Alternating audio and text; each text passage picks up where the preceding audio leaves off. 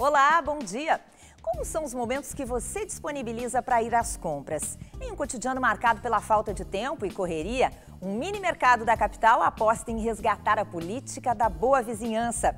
A gente vai falar também no programa de hoje sobre a região metropolitana, que está conquistando muitas pessoas em busca de preços atraentes e qualidade de vida. E uma das cidades que está crescendo nesse aspecto é Gravataí. E ainda um novo empreendimento em Porto Alegre traz a ideia de que preservar é construir. O projeto conta com o restauro de 2 casarões do início do século XX que serão transformados em memorial. Então fique com a gente, o Imóvel Class TV deste sábado está começando.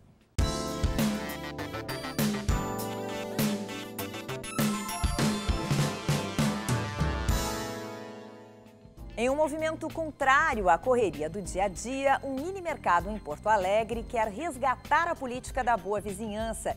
E o clima despojado e moderninho vai desde os vendedores até os produtos. E a aposta deu certo. Foi-se o tempo em que os mercados de bairro eram aqueles lugares sujinhos e meio sem graças, perdido ali no meio da sua rua. Agora surge um novo conceito de mercado que passa tanto pela parte arquitetônica quanto pelo atendimento ao cliente, que não é só um cliente, passa a ser o amigo também da pessoa, né, Rei? Isso é uma tendência que veio meio para ficar? É uma tendência, no caso do Brasco, isso faz parte da marca Brasco e a gente incorporou isso ao trabalho. Esse projeto informal que a gente encontra na escolha de materiais, no desenho, no arranjo dos equipamentos de loja, vem um pouco de encontro a isso, né? Para fortalecer, para permitir que a loja se customize de acordo com o cliente e também que eles possam construir aqui dentro ações para construir relações com o bairro ou mesmo com seus clientes. Perfeito. Que elementos simples são esses que vocês trouxeram aqui para esse estabelecimento? O projeto parte de uma metodologia do Environmental Graphic Design, onde a gente funde arquitetura, design e comunicação em um único projeto. Dessa forma a gente consegue estar atento a todos os detalhes, desde os detalhes técnicos de acabamento necessários a uma operação como essa, até mesmo aqueles detalhes mais conceituais ou mesmo formais ou de estética que estão presentes no trabalho. A ideia do projeto era utilizar materiais comuns, mas que fossem aproveitados de uma forma diferenciada no ambiente. Que é um material mais simples, mas numa determinada posição, com uma determinada luz, ele ganha nobreza, né? A nobreza não está no material em si, mas está na forma como tu aplica, na forma do teu desenho. É isso que define a nobreza daquele material. Então o uso de chapa metálica, o próprio piso que com o tempo está sofrendo e está ficando marcado, ele vai adquirindo cicatrizes, vai dando autenticidade a esse espaço de loja. Parte de estrutura, de exposição da loja, estantes, aramados, salvo alguns conjuntos de gôndolas, ela é toda feita de perfil metálico. É um material que vem de reciclagem e volta para reciclagem, se for o caso. A gente sempre trabalhou com eles também em natura, procurou não pintar, não trazer nenhum outro tipo de coisa que agredisse esse material e dificultasse esse processo de retorno. Isso também parte de atributo de marca, né? Os meninos têm muito essa visão e a gente traz isso para o projeto também. É como o uso das lâmpadas, tudo é LED, tudo com baixo consumo, né? Não só pelo ser sustentável da loja, mas pensando também fora disso. A lona. A lona utilizada numa outra barraca de frutas especiais é uma lona de caminhão, de um resto de lona. A gente comprou a bobina inteira, está guardado para algum outro uso, né? Aí ela foi pintada, foi tingida à mão e, enfim, volta à vida de novo dentro do projeto. Um dos objetos que mais chama a atenção é essa combizinha amarela que fica logo na entrada do mercado. Da onde será que surgiu a ideia para transformar em uma banca de frutas? O projeto originalmente até nasceu com uma Kombi, mas não cabia dentro da loja. E aí na pesquisa a gente encontrou uma Romizeta como um veículo que tinha uma pegada forte com o projeto e foi pesquisar, foi atrás. Então ela foi encontrada em um ferro velho, onde a gente recuperou, restaurou, né, e trouxe ela de nova vida e trouxe para ela esse atributo. Hoje ela é uma banca de frutas dentro do braço. A loja não tem a menor pretensão de ser uma loja verde ou uma loja sustentável, mas assim ela tem alguns desses elementos inseridos em seu projeto. Quem quiser se inspirar nesse projeto, que é ao mesmo tempo ousado e simples, ouve essa dica aqui do arquiteto. Como fonte de inspiração é estar atento ao que acontece ao seu redor, né? É o que o pessoal, a equipe do Brasco toda faz. Eles estão muito atentos, eles escutam os seus clientes, eles estão atentos ao que eles pedem, né? E trazem isso para dentro da loja. A gente tem um conceito de caixa aqui que não é um caixa rápido, é um caixa slow. né? Porque as pessoas gostam de bater papo. Então a gente conversa, a gente perde tempo com as pessoas, é favorável isso. Pelo jeito, todo o cuidado valeu a pena. Os clientes gostaram da ideia. Bom, eu acho que é muito diferente de tu comprar no supermercado aqui. O atendimento é muito mais amigável, o som, o ambiente é muito bom, a galera é muito legal. E lembra bastante os mercadinhos europeus, assim, que é bem legal, bem distribuído e os produtos bem legal, personalizados, que a gente não encontra no supermercado.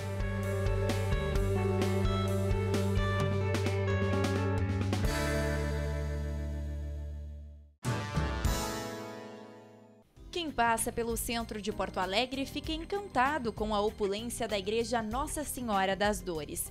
Única na cidade a ser reconhecida como Patrimônio Nacional, ela é tombada pelo Instituto do Patrimônio Histórico e Artístico Nacional desde 1938. A construção iniciou em 1807 e terminou quase um século depois, em 1909. É a igreja mais antiga da capital. Mas por trás da linda fachada branca existem pontos que precisam de reformas. E para que o restauro seja viabilizado, foram aprovadas a Lei de Incentivo à Cultura e a Lei Rouanet. Com isso, deve ser possível arrecadar a verba necessária para executar 2 projetos. Um deles prevê a restauração estrutural da igreja, que deve custar cerca de R$1.600.000. A segunda parte da obra consiste na construção de um memorial dentro da igreja, com um museu que conte a história do templo religioso e também da cidade de Porto Alegre. Mais de 2.000 objetos sacros devem ser contemplados e ficarão expostos de forma interativa. No subsolo, as exposições devem ser temporárias e com sala de vídeo. Com a ideia de que preservar é construir, a TGD Arquitetura e Engenharia busca no passado a inspiração para o seu novo projeto. A construtora vai incorporar a um novo empreendimento 2 casarões do início do século XX que serão recuperados e transformados em memorial. Para nos falar sobre isso, eu converso hoje aqui no Imóvel Class TV com o diretor da TGD, Renato Goldstein, e com o arquiteto Flávio Kiefer, que está à frente do projeto de restauro. Tudo bem? Sejam bem-vindos. Obrigado. Queria começar, Renato, pedindo para ti nos explicar como é que surgiu este projeto para a TGD e onde entra essa questão desses 2 casarios. Olha, Lúcia, eu acredito que tudo realmente é uma questão de história. Eu acho que é da história da TGD. Eu acho que dentro desses 35 anos que nós vamos completar agora em janeiro, dia 23, a TGD sempre focou muito no seu escopo fazer empreendimentos diferenciais. Nós viemos trabalhando uma coisa interessante, nesses últimos 10 anos, a gente demoliu e reconstruiu um prédio na esquina da Ramiro com a Cabral, que há muito tempo estava lá parado. Também estamos fazendo agora o Vila Florata, que é um prédio em cima do antigo Hospital Maia Filho, que também era um museu, era um mausoléu, que a cidade tinha, acabamos demolindo e hoje tem um belo prédio que devemos terminar em fevereiro do ano que vem. E dentro desse desafio surgiu a possibilidade, nós começamos a estudar isso em 2009, eu e a minha sócia, a Márcia, começamos a estudar a possibilidade de podermos adquirir um terreno que vinha com bastante problemas, ele vinha de fases em que outras incorporadoras trabalharam. Ali nós vimos que seria mais um outro desafio que a gente estava acostumado a enfrentar e eu acredito que a empresa vive desses desafios. Acho que foi isso que nos levou a começar a trabalhar em cima do empreendimento que a gente vai realizar na Independência. Que é um empreendimento comercial e que terá, então, a recuperação, que é coordenada pelo Flávio, de 2 casarios, Flávio, é isso? Sim, são 2 casas geminadas de 1907, né, que já eram protegidas, né? O empreendedor anterior, né, que foi a Encol, né, que quebrou, que os mais antigos se lembram, não é, pelos anos 90, né? Então já eram 2 casas protegidas, né? Porque lá, no final dos anos 80, assim, a cidade se deu conta, né, de que Porto Alegre ia deixar de ser o que foi, né, porque estava se demolindo tudo para construir uma nova, né? Então se começou a proteger algumas coisas consideradas importantes e essas casas entraram nesse projeto da Encol, que infelizmente ficou abandonado por muitos e muitos anos, né? E essas casas já estavam sofrendo, né? Teve pequenos incêndios lá dentro, né? Quando entrou, felizmente, né, a TGD encampou o desafio de resolver a questão com os encolistas, né, que são conhecidos, né, de como tocar esse empreendimento para frente, né? É um desafio e eu sei que é muito difícil, e eu não sou da área, né, mas eu sou jornalista, então eu sei que é muito difícil fazer um empreendimento que é preciso, a construtora precisa ganhar dinheiro pelo que está fazendo, pelo trabalho que está fazendo, né, Renata? E, ao mesmo tempo, preservar e seguir uma série de normas que precisam ser seguidas, né? Porque há muito cuidado na hora de se restaurar, né, o patrimônio, né? Sim, a ideia assim, é recuperar, né, a memória da casa, né? Assim, ela está toda protegida na sua parte externa, as fachadas, onde vai ter, digamos assim, uma restauração, né? Como diz o termo, né? Mas dentro a gente pode chamar até de uma rearquitetura, que é assim que se aproveita elementos daquela arquitetura antiga e se cria uma arquitetura contemporânea, né? Assim, somando-se arquiteturas, a histórica, né, que é a antiga, mas introduzindo uma nova arquitetura para que, enfim, a vida é assim, né? Ela continua, né? E isso também na arquitetura tem que acontecer. Essas casas, por que eu estou dizendo isso? Porque essas casas também vão ser o acesso a esse edifício, né? Pois é, isso que eu ia perguntar para vocês. Quer dizer, o empreendimento é comercial, né? Será um prédio comercial? Eu acho importante, dentro do que tu colocasse, Lúcia, a gente ter uma noção de tempo.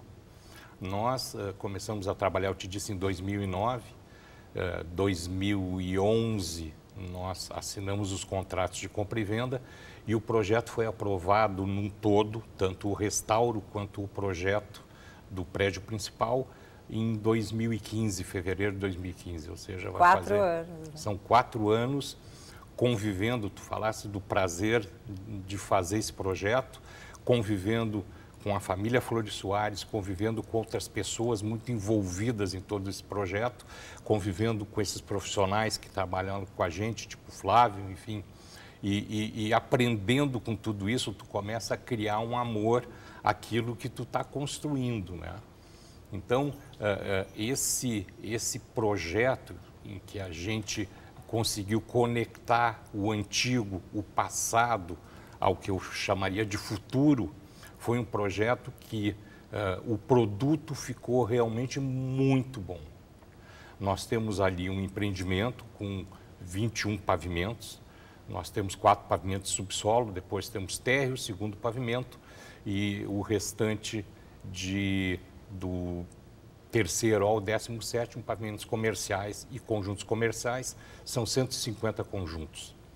Mas voltando aos casarões da Independência, será por ali. Na verdade, interessante, esse terreno ele é um T, para as pessoas entenderem. Nós temos uma frente na Independência, os fundos na Castro Alves e a perninha do T sai para Ramiro Barcelos. Tudo isso faz parte desse complexo de casas, que eram as casas do HTU Miller. E dentro dele nós fizemos, então, uma entrada, que é a entrada que eu diria, a entrada do restauro, a entrada principal, que seria a entrada da Independência, onde logo que a pessoa entra, ela se encontra com o museu, o memorial, onde a gente relembra a história do prédio, onde a gente relembra a história da Independência, da Avenida Independência. À direita nós temos um foyer, é uma área condominial, isso que nos deu a chance, a casa nos deu a chance da gente poder oferecer ao próprio condomínio que vai se formar ambientes para serem utilizados pelo próprio condomínio. Então o foyer pode vir a ser uma delicatessen, uma pequena cafeteria, enfim. Nós temos um espaço na parte de cima do casarão que é um salão multiuso, uma sala que praticamente a gente está colocando para a cidade, onde podem haver eventos, onde podem haver palestras, onde pode haver vernissage, enfim, festas. E tudo isso faz parte da área condominial. Mas o que a TGD colocou como cereja, nós temos aí uma sala de reuniões onde a gente entrega equipada, uma sala de treinamentos também que entregamos equipada, e tudo isso fazendo parte de um projeto só, junto com a entrada da Ramiro Barcelos, onde nós temos entrada de veículos e entrada de pessoas também, juntando com a entrada da Independência, tudo isso dá num hall principal. Essas obras vão andar juntas? Qual é a previsão de conclusão? A previsão de conclusão, a princípio, é em 2019. Nós temos a previsão inicial em torno de fevereiro de 2019. Se andam juntas, eu acho que o Flávio pode falar. Porque nós estamos falando de uma torre, né? Então a torre ela vai seguir o Mas seu elas, caminho, elas assim, começam... e em paralelo... Já iniciamos a parte da torre, nós tínhamos uma parte de demolição, essa demolição já foi feita, acredito que aí em 10, 15 dias iniciamos a parte de fundações. Tá certo. Quem quiser conhecer mais um pouco sobre esse projeto, acessa o site da TGD, como é que faz? Porque eu sei que vocês estão colocando, isso aqui é uma ideia muito bonita, que vocês estão, uma ação, né, que vocês estão fazendo, que é de mandar postais para os vizinhos ali da região, né? Realmente são duas casas marcantes em Porto Alegre, essas aqui, né? Nossas ações de lançamento estão programadas a partir do Carnaval. A partir do Carnaval nós vamos trabalhar com o lançamento, o nosso site vai estar completo em relação ao material, nós estamos te dando esse material em primeira mão mesmo, nós estamos trabalhando em pré-lançamento nesse momento e os materiais ainda não estão acessíveis através dos nossos sites. As pessoas que tiverem interesse, nossa equipe de venda conta com duas grandes imobiliárias, a Foxter e a Ducati, através dos contatos que nós podemos colocar na tela, eu não sei se eu posso te dar, é só acessar ou a Foxter ou a Ducati, que eles já têm maiores informações para poder dar para o público em geral. Tá certo, eu conversei hoje aqui no Imóvel Class TV com Renato Goldstein, diretor da TGD Arquitetura e Engenharia, e com Flávio Kiefer, arquiteto. A gente falou sobre esse projeto bem interessante, o IN 11813, e a recuperação desses dois casarios. Obrigada pela participação de vocês. Obrigado. O Imóvel Class TV faz um rápido intervalo e a gente volta já.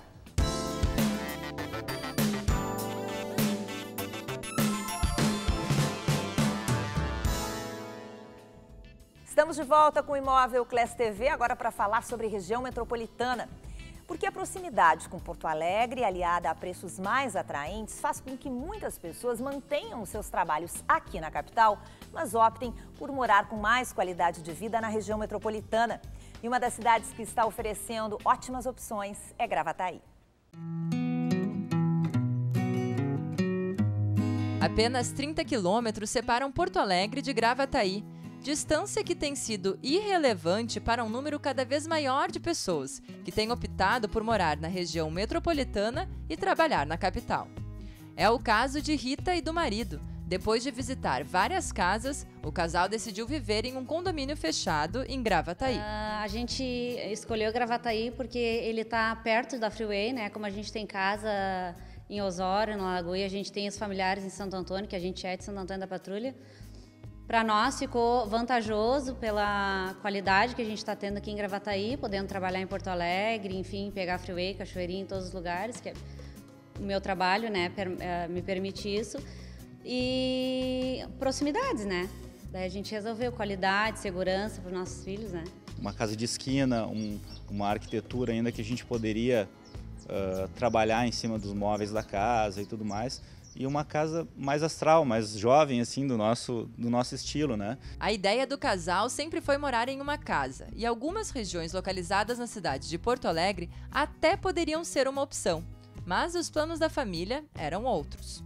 A Zona Sul, para nós, ela é contramão dos nossos negócios, dos nossos amigos, né? Então a gente acabou vindo para um lugar aqui que agora, até mesmo, a gente se mudando, a gente vai descobrindo que já tinha amigos em comum morando aqui. Outra vantagem de morar em uma casa em condomínio fechado é ter à disposição serviços sem ter que pagar a mais por eles.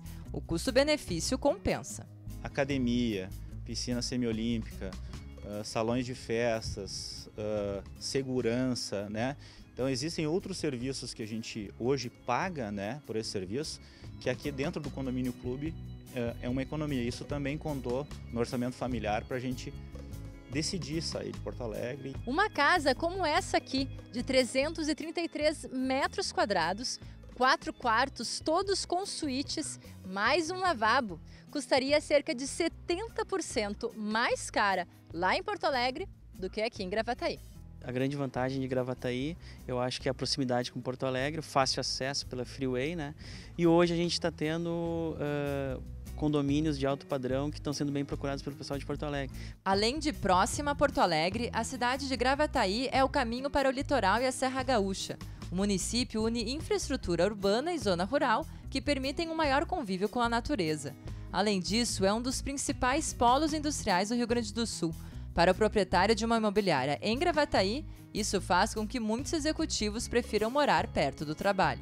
A gente tem procurado muitas pessoas de Porto Alegre, até pessoas de fora do estado, que vêm trabalhar nas indústrias que nós temos aqui. E essas indústrias trazem pessoas de fora e essas pessoas procuram condomínios, né? Quem decidiu se mudar, não se arrependeu. A gente ainda até está querendo trazer os nossos amigos também para cá. Vamos ver se a gente consegue fazer isso, né? É um refúgio. Nossa casa virou um refúgio, assim, um local espetacular para morar e criar os filhos e a família, né?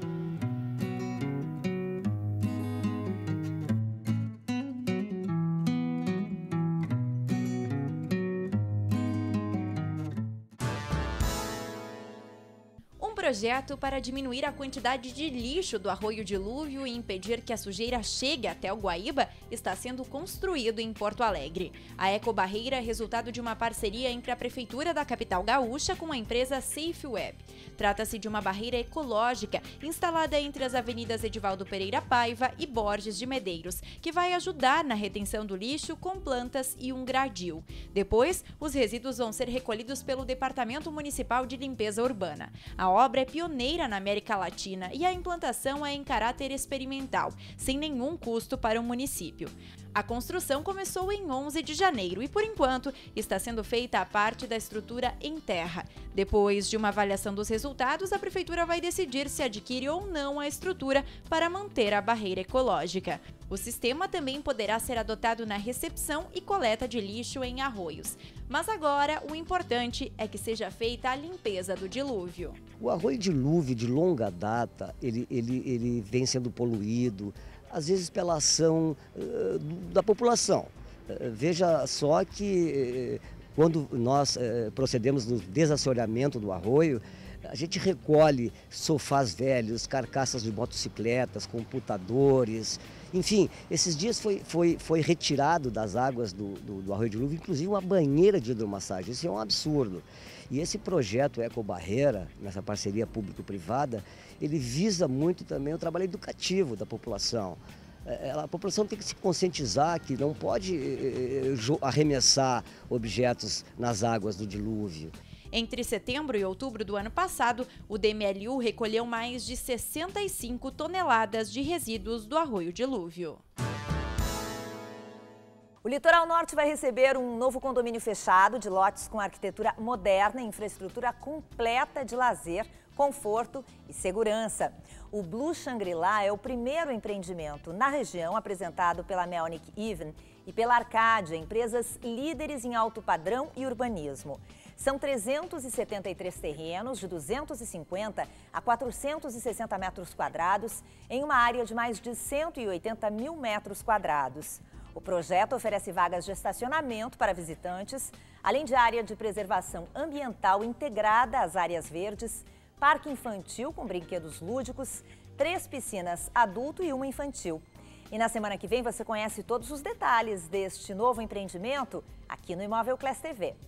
O Imóvel Class TV volta no sábado que vem às 8h30 da manhã. Curta a nossa página no Facebook e reveja lá este e outros programas. Um ótimo domingo para você e até a semana que vem.